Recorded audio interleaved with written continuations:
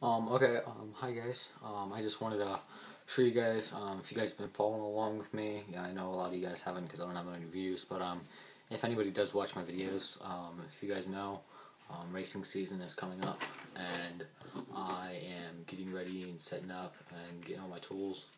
And I just kind of wanted to go over some quick tips you can do, really quick tricks, and things to help you carry them and to help organize yourself if you're not new or even experienced. Sometimes it can help. New tips and tricks are always nice. One of my big ones is if you don't have that many spare parts, try to get as many as you possibly can, because you never know what can happen at the racetrack. Luckily enough, at mine, the RC store is literally right across the parking lot. But still, I still have a box full of A-arms to front servo pieces to everything you can imagine. I even have spare servo, spare Dean's connector, spare almost everything. The only reason you do that is just because you never know what can happen. You could roll it, or you could get hit, or many things can happen. So you always want to carry, and it's always nice, go to your hobby store or someplace and just get a box, you can throw screws in there, spare screws, block the light, you guys can see a little better. Spacers, nuts and bolts, gears, steering things, steering linkages, everything you can imagine, okay? That's always helpful. Another thing is to go get yourself, if you're a beginner, you don't have to get that nice of a controller. Not the controller, get a nice battery charger so that you can get, nice battery charged, fully charged. Try to get multiple batteries too. I don't have them yet, but I'm gonna get a LiPo battery fairly soon, because the class I'm running in is the super stock touring class at my hobby shop, and one of the rules of it is you have to have a 2-cell LiPo. So that's all I'm going to get is a 2-cell, and my receiver can handle it. Nice brushless. I boosted it. Another good thing, even if you're if you're kind of in the middle, if you're a beginner, I wouldn't do this, but get a nice high-tech controller. I'm pretty sure I've done something about this before. If I haven't, I'll do a video. I'll look at them tonight. But yeah, this is always a nice controller. The DX3C, it's a great controller for me. It helps you boost them, helps you, it's really good for if you have certain different tracks. You can set the amount of steering. If you have nitro car, really nice for it. Great controller all over. Love that controller. The next thing is you would like to get a camber gauge. I don't know if you guys can. You can't really see it. It says camber gauge right there. Oh, sorry, that was probably really loud. It's by RPM. But yeah, all it is, it helps you set them.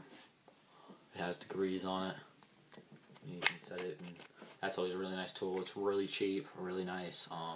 I use it a lot, setting my camber on my wheels all the time. One good thing to bring to the track is this, because you never know if you do get in an accident and you have to break an A-arm, or if you break one of your pieces. I'll show you really quick.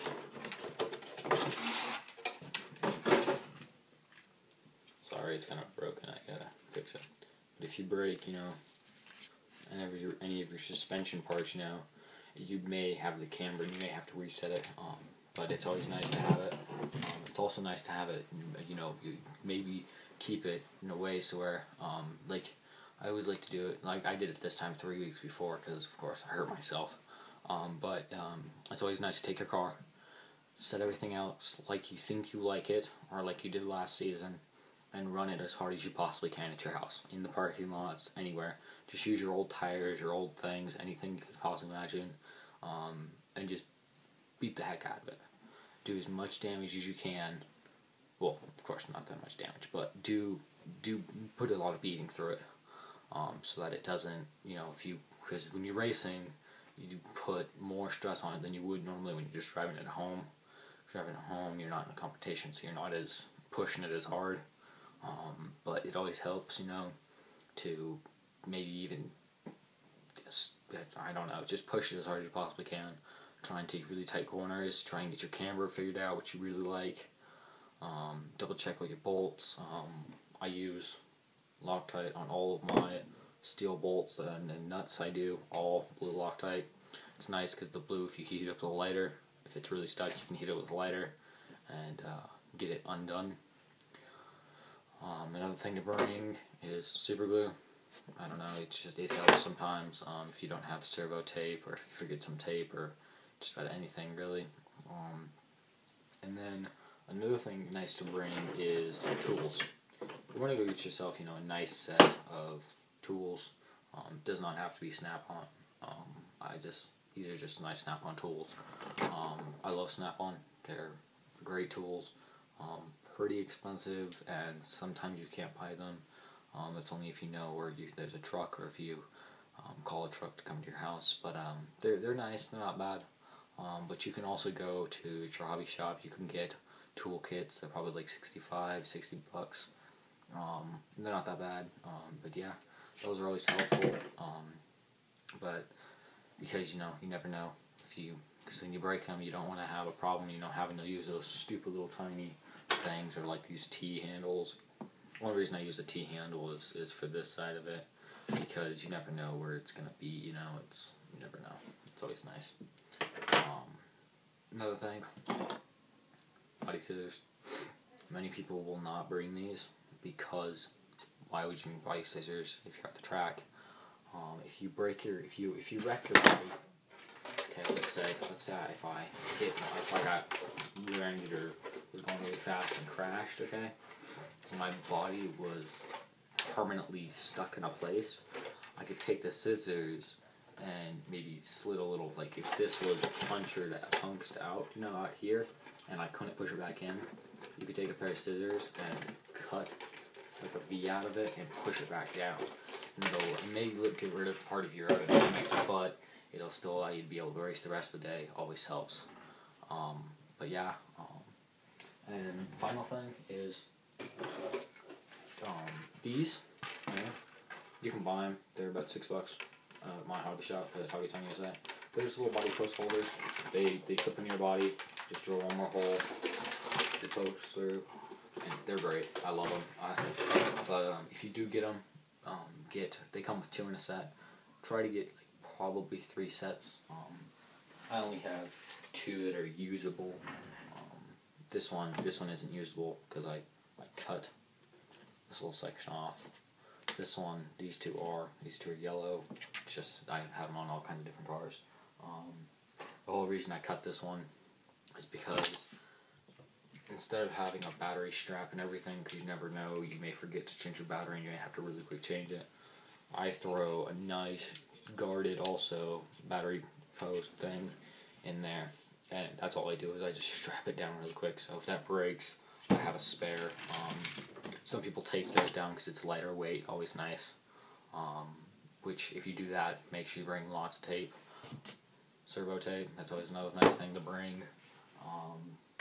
And you can just bring extra batteries, bring money.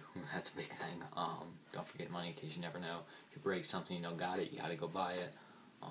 And if you're not near an RC store, or if you're not near a place that you can buy stuff, it's really hard sometimes. So that's one thing to bring. A lot of extra parts. But yeah, and one more thing is the day before the race, or maybe 2 or 3 days before the race, if I were you, I would tear down. Some people have running belts nowadays, so you don't really have to do this.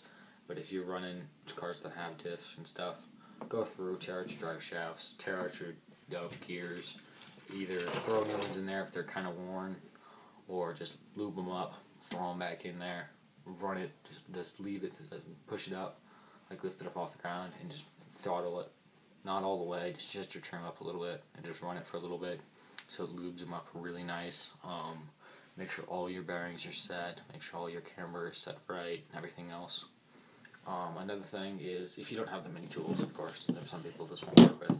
I only have about 6 tools, because, of course, I took some of my old tires that I had, and I bolted them together with a little bolt in the middle.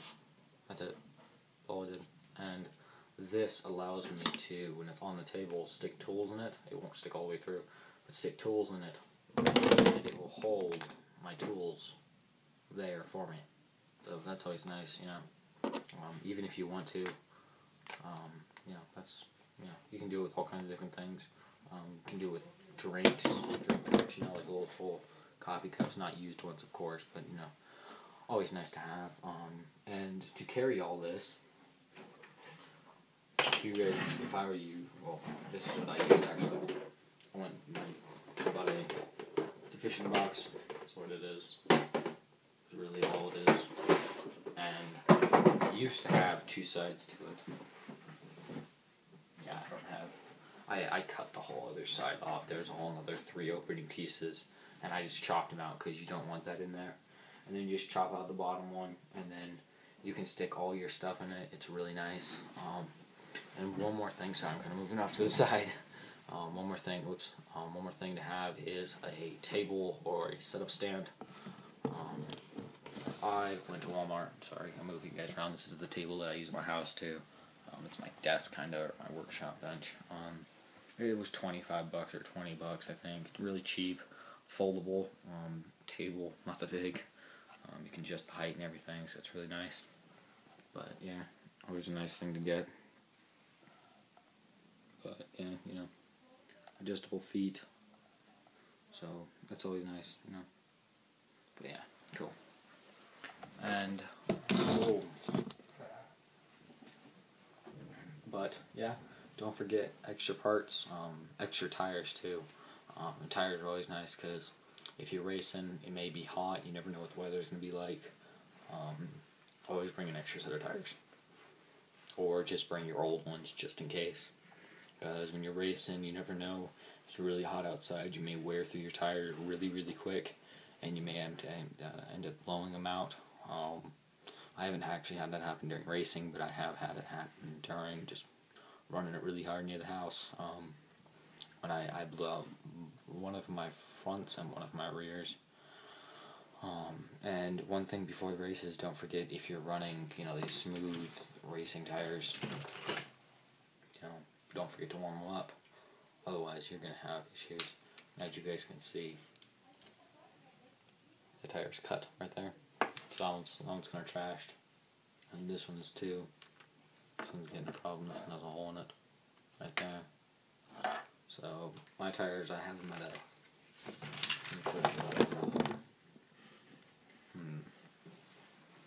yes, positive 3 degrees. So I set my tires at, sorry, give me 1 second.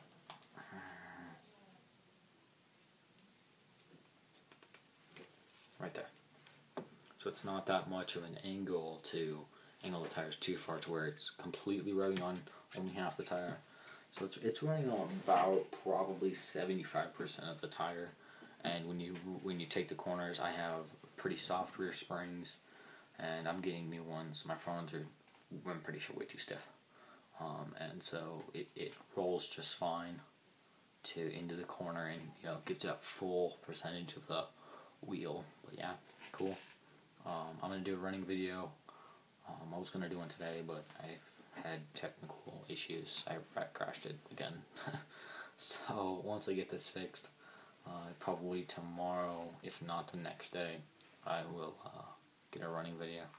And then April 28th, I'll post a opening seasoner racing one, and every weekend, well, Mother's Day we won't have one, and then the 19th we will, the 2nd, the 16th, and the 30th, and then continuously on all the way up until August 25th, and then it skips.